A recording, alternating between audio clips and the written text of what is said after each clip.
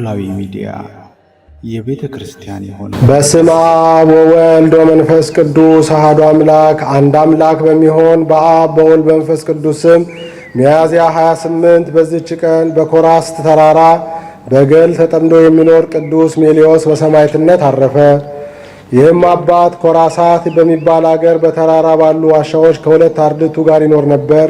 የኮራሳት ንጉሥ ሁለቱ ልጆቹ ወደዚያ ወጡ። ከእሳቸውም ጋር አገልጋዮች አሉ።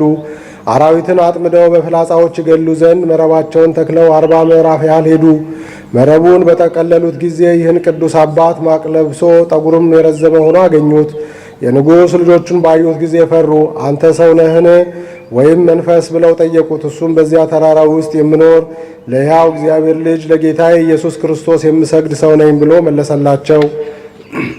እነሱም ከእሳትና ከፀሐይ በቀር አምላክ የለም፣ እንዳንገድልህ ሰዋላቸው አሉት። እርሱም እሳትና ፀሐይ የተፈጠሩ ናቸው፣ እናንተም ተሳስታችኋል።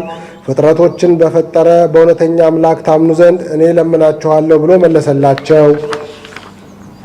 በዚያን ጊዜ ይህን አባት ሁለቱን አርድእትም ይዘው ጽኑ ሥቃይ አሰቃዩአቸው።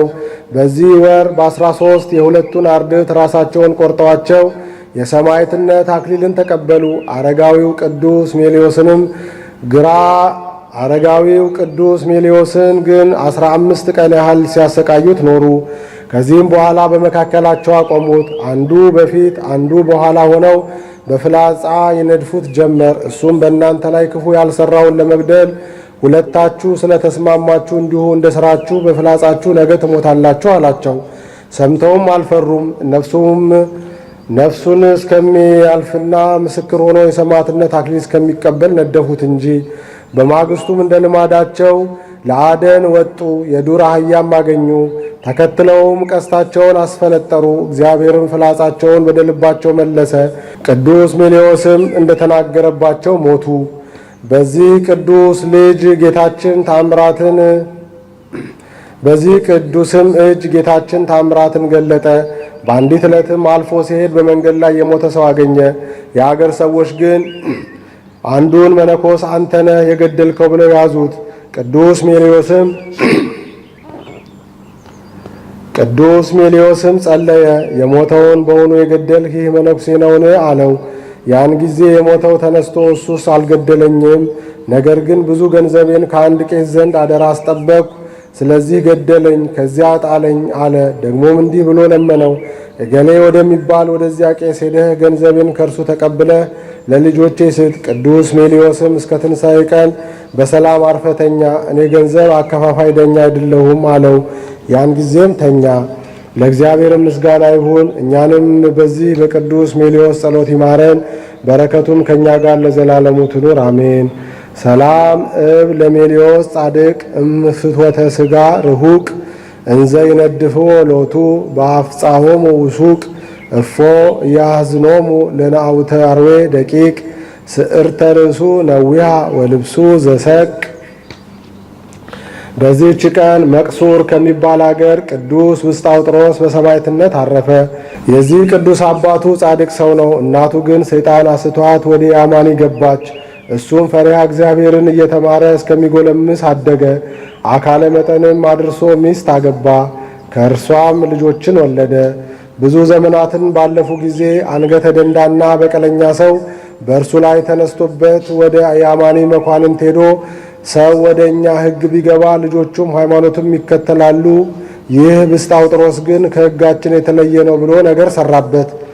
የያማኒዎች ዳኞችም በሰሙ ጊዜ መልእክተኞች ልከው ወደ እርሳቸው ወደ ሸንጎ አቀረቡት። ስለ ሃይማኖቱም ጠየቁት። ክርስቲያን እንደሆነ ያለ ፍርሃት ክርስቲያን ነኝ ብሎ ታመነ። ዳኛው ግን ይሸነግለው ዘንድ በፍቅር ይነግረው ጀመር። ከከበረችና ከቀናች ሃይማኖቱ ይመልሰው ዘንድ ብዙ ስጦታዎችን እንደሚሰጠው ቃል ገባለት። ቅዱሱ ግን ከቶ አልተመለሰም። ወደ ስጦታውም ከቶ ልቡ አላዘነበለም። ከዚህ በኋላ ወደ ግዞት ቤት ወሰደው። በእግረ ሙቅ እንዲያሰሩት በአንገቱም የተበሳ ቃላት ግድ አስረው በግንባሩ ደፍተው በኩስ ላይ እንዲጥሉት መኮንኑ አዘዘ። እንዲሁም አደረጉበት። እስከ 3 ቀን በእስር ቤትም ሳለ ጻዕዳ ርግብ መጥቶ ጋረደው። ስለዚህም የእስር ቤቱ ጠባቂ ምስክር ሆነ።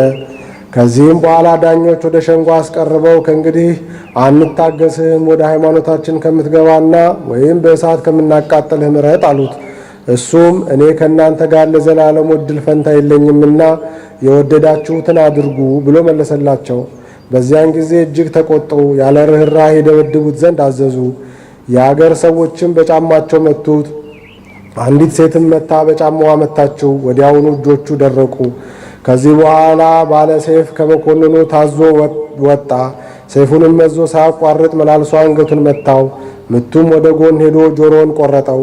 አመታቱ ክፉ ስለሆነ ከስሮቿ ብዙ ደም ፈሰሰ።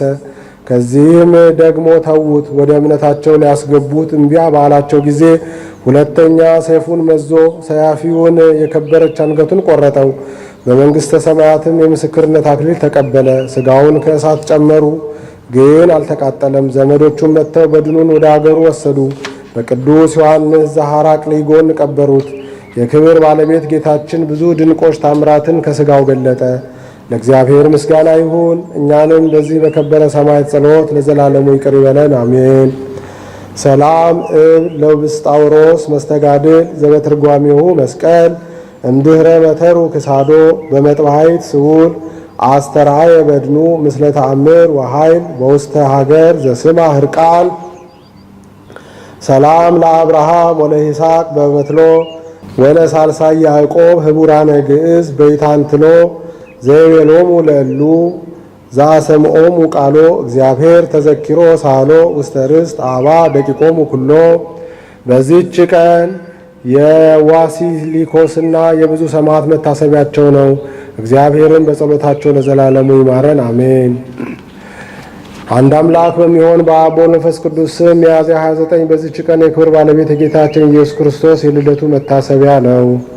በዚህች ዕለት ከ72ቱ አርድእት አንዱ ሐዋርያ አርስጦስ አረፈ።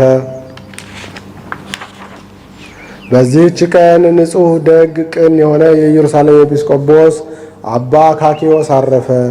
በዚህች ዕለት የአባ ገምሶና ከእርሱ ጋር የሆኑ የብዙ ሰማዕታት መታሰቢያቸው ነው። እግዚአብሔርን በጸሎታቸው ይማረን ለዘላለሙ አሜን።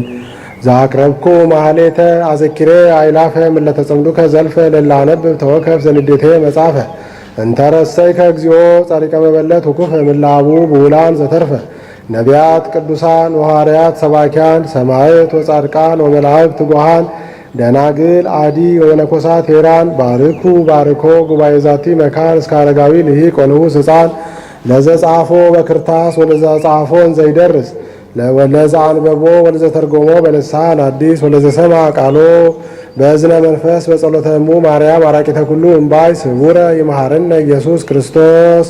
የቅዱሳን አባቶቻችን እናቶቻችን በረከታቸው ረድኤታቸው አይለየን፣ አሜን። አቡነ ዘበሰማያት